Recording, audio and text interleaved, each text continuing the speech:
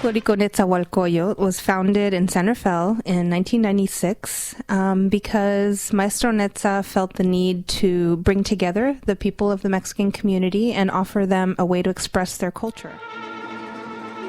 When we take a folklorico or mariachi or any kind of traditional folk genre into the schools, it's a really great opportunity to teach kids about another culture, and for those kids who are of that culture to really instill some pride and to maybe even teach them something they didn't know about themselves and their history. We try to take a small mariachi or another musical ensemble from a different region of Mexico so that kids can really appreciate and experience the music and the liveliness and the gritos and, all the different instrumentation.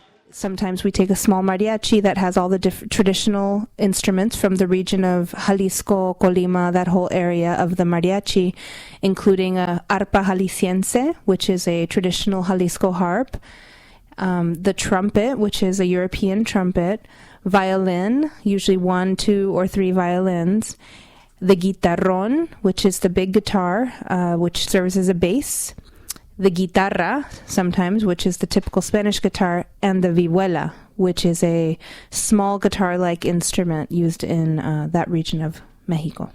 Ballet Folklorico Netzahualcoyo works closely with other community organizations such as Youth and Arts, going out to schools, doing performances, workshops. They perform annually at the Youth and Arts Italian Street Painting Festival as part of our Family Day program.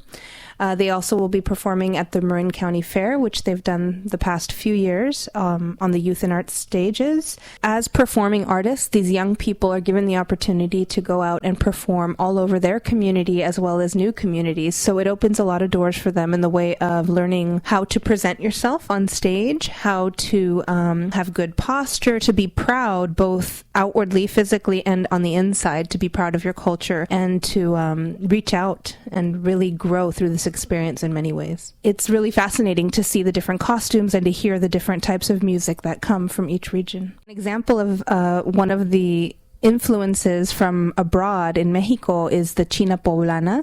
It is a skirt that is typically now worn in the region near Jalisco, Mexico. And as legend goes, there was a Chinese princess who was kidnapped by pirates off of her ship, and she was taken to Mexico and sold actually as a slave. And she ended up being freed and marrying a Mexican man and settling in the state of Puebla. And while she was living there, she really missed her country, obviously, and missed the clothing and the bright colors of her clothing that she had back home. So what she would do is try to recreate her outfits from her home in Mexico with whatever she could find. So getting sequins and different silks and making these beautiful, intricate patterns. And the women of that area really took to loving what she was making. And so now the china poblana, as they call it, the Chinese woman from Puebla, is a typical dress that has lived on in that region.